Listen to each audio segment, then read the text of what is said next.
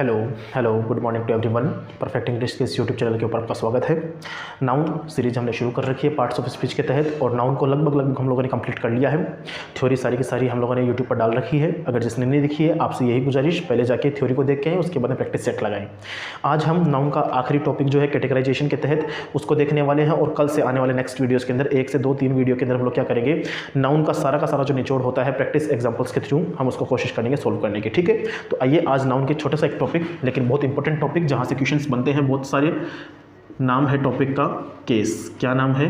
Case नाम है। Case का हिंदी अर्थ अगर आप लेने की कोशिश करें तो केस को हम क्या बोलते हैं? कारक। क्या बोलते हैं? कारक। हिंदी में भी आप लोगों ने पढ़ा है कारक क्या होता है। कर्ता ने कर्म को करण से के द्वारा अपादान क्या के की और संबोधन है अरे ओ, ये आपने पढ़ा है कारक।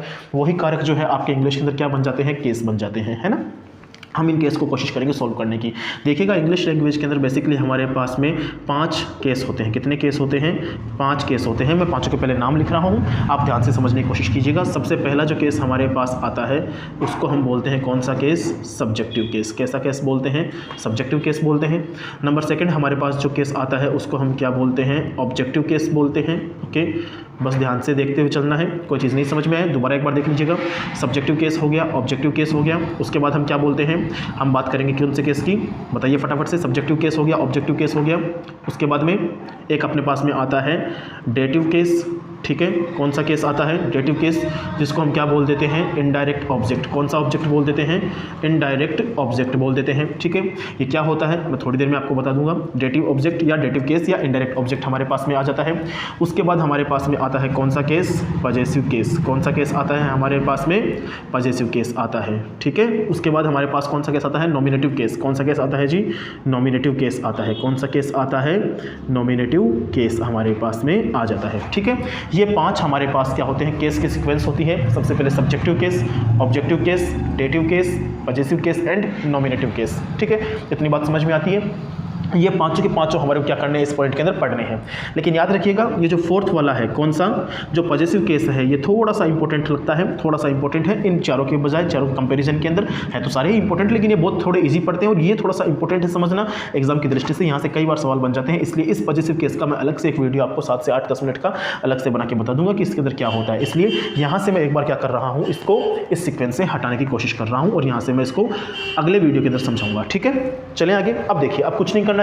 सब्जेक्टिव केस है। सब्जेक्टिव केस क्या होता है? सब्जेक्टिव केस एक ऐसा केस होता है जिसमें जो वर्ब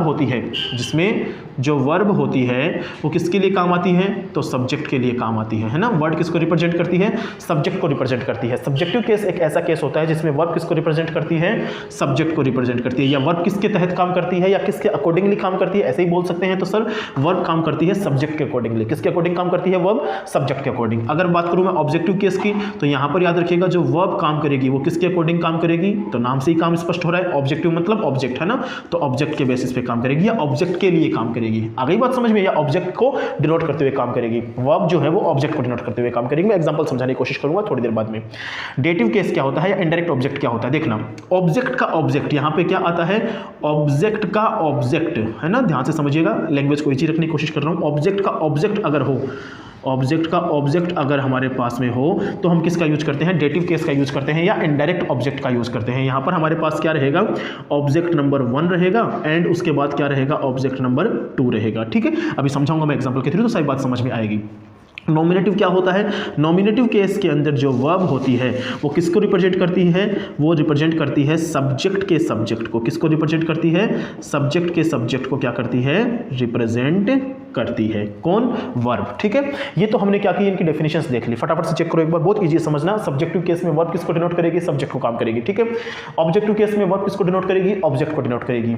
डेटिव केस के अंदर या इनडायरेक्ट ऑब्जेक्ट के अंदर क्या होगा? ऑब्जेक्ट का ऑब्जेक्ट हमारे पास में अगर होता है, जिसको हम क्या बोलते हैं? इनडायरेक्ट ऑब्जेक्ट बोलते हैं, तो वर्ब उसके लिए काम करती है। ठीक है, आगे चलते हैं। नॉमिनेटिव केस अगर होता है तो उसमें क्या बोलेंगे? सब्जेक्ट का सब्जेक्ट अगर होगा तो उसको रिप्रेजेंट करेगी कौन? वर्ब। ओके, ये तो हो गई इसकी डेफिनेशन थ्योरी। अब हम बात करते हैं एग्जांपल के थ्रू। ठीक है, तो देखना ध्यान से, टॉपिक छोटा सा है लेकिन बड़ा काम का इंटरेस्टिंग टॉपिक है।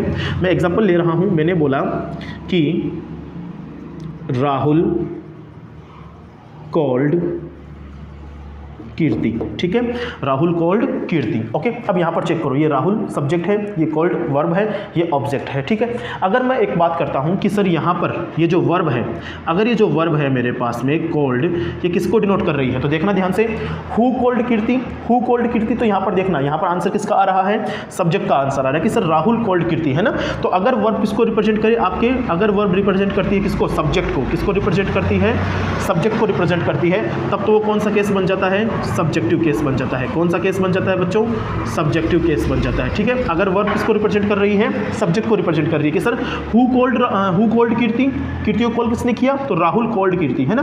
तब तो ये वर्ब किसको डिनोट कर रही है, सब्जेक्ट को डिनोट कर रही है, तो ये क्या बन जाएगा, सब्जेक्टिव केस बन जाएगा। इसी सीक्वेंस के अंदर अगर सेम एग्जांपल को रखूं मैं, तो राहुल कॉल्ड कीर्ति। ओके, अब यहां पर देखना, हु कॉल्ड कीर्ति, ये तो हो गया राहुल कॉल्ड कीर्ति, है ना। होम कॉल्ड कीर्ति या राहुल होम कॉल्ड, या होम कॉल्ड राहुल, है ना। तो यहां पर देखो ध्यान से, ये सेम वर्ब हमारे पास में रहेगी, लेकिन अब यहां पर ये जो वर्ब है वो किसको डिनोट करेगी, कीर्ति को डिनोट करेगी कि राहुल कॉल्ड कीर्ति। होम राहुल कॉल्ड, अगर सवाल पूछूं मैं, होम राहुल कॉल्ड, राहुल ने किसको कॉल किया, तो राहुल कॉल्ड कीर्ति। अब यहां पर ये जो कॉल्ड है, ये जो वर्ब आ रही है वो किसको रिप्रेजेंट करते हुए आ रही है, कीर्ति के लिए आ रही है। दोबारा समझो ध्यान से, home called Rahul, home called Rahul, है ना, या home Rahul called, by home Rahul called. Okay, ऐसे समझ सकते हो, राहुल को कॉल, राहुल के द्वारा कॉल किसको किया गया, या राहुल ने किसको कॉल किया, तो राहुल कॉल्ड कीर्ति, राहुल कॉल्ड कीर्ति। तो इस सिचुएशन के अंदर क्या हो जाएगा, इस सिचुएशन के अंदर हमारे पास में ये जो वर्ब है वो किसको रिप्रेजेंट कर रही है, ऑब्जेक्ट को रिप्रेजेंट कर रही है। किसको रिप्रेजेंट कर रही है, ऑब्जेक्ट को रिप्रेजेंट कर रही है। तो यहाँ पर ये कौन सा केस हो जाएगा, ऑब्जेक्टिव केस हो जाएगा। कौन सा केस हो जाएगा, ऑब्जेक्टिव केस हो जाएगा, ठीक है। इतनी बात समझ में आ गई। अब आगे चलते हैं। अब हमने किसकी बात करनी है, डेटिव केस की और नॉमिनेटिव केस की बात करनी है, ठीक है। तो मैं यहां से एक बार एग्जांपल हटा रहा हूं और उसके बाद में डेटिव केस को और नॉमिनेटिव केस को देखते हुए चलेंगे, ठीक है। बस छोटा सा एक टॉपिक है, खत्म करेंगे इसको फटाफट से 2-5 मिनट के अंदर। एग्जांपल देखिएगा, मैंने क्या कहा, अगर चलो पहले इसको ले लेते हैं, ये थोड़ा सब्जेक्ट वाला ना, पहले इसको ले लेते हैं फिर इसको ले लेंगे। सब्जेक्ट का सब्जेक्ट अगर हो तो हम किसको डालेंगे, नॉमिनेटिव केस में डालेंगे, है ना। या वर्ब किसको एड्रेस कर रही हो, सब्जेक्ट को एड्रेस कर रही हो, तो हम उसको नॉमिनेटिव केस में डालेंगे। जैसे एग्जांपल के लिए, you have become lazy these days। जैसे मान लीजिए यहाँ पे मैंने एक सेंटेंस लिखा है कि you have become lazy these days, है ना। You have become lazy these days, इन दिनों तुम क्या हो रहे हो, लेजी हो रहे हो। इस सिचुएशन के अंदर क्या हो रहा है, लेजी, है ना। You have become lazy, okay, you have become lazy these days। अब यहाँ पर देखो, अगर ये सब्जेक्ट मेरे पास में, अगर मैं इस सब्जेक्ट का सब्जेक्ट निकाल दूँ, मतलब इस सब्जेक्ट का अगर नाम आ जाए मेरे पास में, नाम लेके पुकारूँ, जैसे यू का मान लो कोई नाम है, जैसे मानो यू का नाम है कोई भी, मान लो अमन, यू का नाम क्या है, अमन, ठीक है। तो Aman, you have become lazy these days। अब यहाँ पर क्या हुआ, यू मेरे पास ऑलरेडी सब्जेक्ट था, यू मेरे पास ऑलरेडी सब्जेक्ट था, उसके रिगार्डिंग मेरे पास क्या आ गई, वर्ब आ गई। लेकिन अब इस सब्जेक्ट का भी सब्जेक्ट निकाल दिया मैंने, यहां पर निकाला ना, तो इसी को हम क्या बोलते हैं, नॉमिनेटिव केस। क्या बोल देते हैं, नॉमिनेटिव केस। कि ये जो अमन है ये यहां पे क्या आया है, एज ए नॉमिनेटिव केस बन के आया है, जिसके अंदर सब्जेक्ट का सब्जेक्ट क्या होता है, रिप्रेजेंट करता है वर्ब को। आ गई बात समझ में, या वर्ब रिप्रेजेंट करती है सब्जेक्ट के सब्जेक्ट को। यहां पर देखो, ये सब्जेक्ट हमारे पास ऑलरेडी था इस सेंटेंस के अंदर, लेकिन हमने क्या किया, इस सब्जेक्ट के ही सब्जेक्ट के साथ में आगे चले, तो यहां पर हमारे पास में क्या हुआ, नॉमिनेटिव केस निकल के आया। बताओ बात समझ में आ गई क्या नॉमिनेटिव केस की, ठीक है ना। ये बस समझना है, एग्जाम के अंदर इनका कोई काम नहीं है, लेकिन फिर भी ध्यान में होना चाहिए, ठीक है। आगे चलते हैं। अब हम बात करेंगे कौन से केस की, जो एक हमारे पास बच गया, डेटिव केस, है ना। याद रखना, पॉजिटिव केस मैं आपको अगले वीडियो के अंदर बता दूंगा, ठीक है ना, क्योंकि वो थोड़ा सा इंपॉर्टेंट बनता है, थोड़ा अच्छे से समझाऊंगा उसको तो समझ में आएगा। अब हम बात कर रहे हैं डेटिव केस की। तो एग्जांपल ले रहा हूं मैं, एग्जांपल मैंने लिया कि I called him to play. बड़े ध्यान से समझना है, I called him to play. अब देखना, ये क्या है मेरे पास, आई इस सेंटेंस का सब्जेक्ट है, कॉल्ड क्या है मेरे पास में, वर्ब है, हिम क्या है मेरे पास में, ऑब्जेक्ट है। यस और नो, है ना। तो इस वर्ब का सब्जेक्ट तो है ये, है ना, और इस वर्ब का ऑब्जेक्ट क्या आया, ये। तो सब्जेक्टिव केस तो बन जाएगा ये, ऑब्जेक्टिव केस बन जाएगा ये दोनों तो हो गए क्लियर। बताया था मैंने आपको अभी एग्जांपल के थ्रू।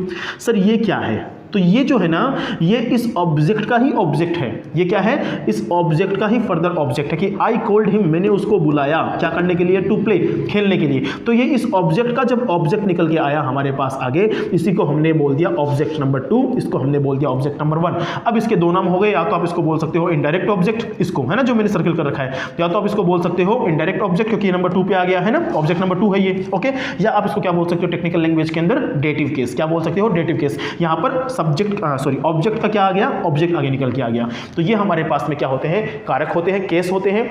इसके अंदर सबसे इंपॉर्टेंट कौन सा है, सबसे इंपॉर्टेंट वो है जो मैंने अभी आपको बताया नहीं है ना। ये चार तो बहुत नॉर्मल से हैं। पांचवा जो पॉजिटिव केस है मैं आपको उसका वीडियो जल्दी से जल्दी लाने की कोशिश करके दूंगा। 10-11 मिनट का एक वीडियो होगा, 7 से 8-10 मिनट का वीडियो होगा, उसमें आपको पॉजिटिव केस की एक से एक छोटी छोटी बातें आपको समझा दूंगा और जो आपके लिए इंपॉर्टेंट साबित होंगी। फिलहाल के लिए ये भी सारे इंपॉर्टेंट है, समझ में आने चाहिए आपको। सब्जेक्टिव केस कैसा होता है, जो सर वर्ब डिनोट करती है सब्जेक्ट को। ऑब्जेक्टिव केस कैसा होता है, जिसमें वर्ब डिनोट करती है ऑब्जेक्ट को या रिप्रेजेंट करती है ऑब्जेक्ट को। डेटिव केस ऐसा केस जिसके अंदर इनडायरेक्ट ऑब्जेक्ट मतलब दो ऑब्जेक्ट होते हैं, ऑब्जेक्ट नंबर 1 ऑब्जेक्ट नंबर 2। जो सेकंड ऑब्जेक्ट होता है उसको हम क्या बोलते हैं, डेटिव बोल देते हैं। क्या बोल देते हैं, डेटिव बोल देते हैं, ठीक है।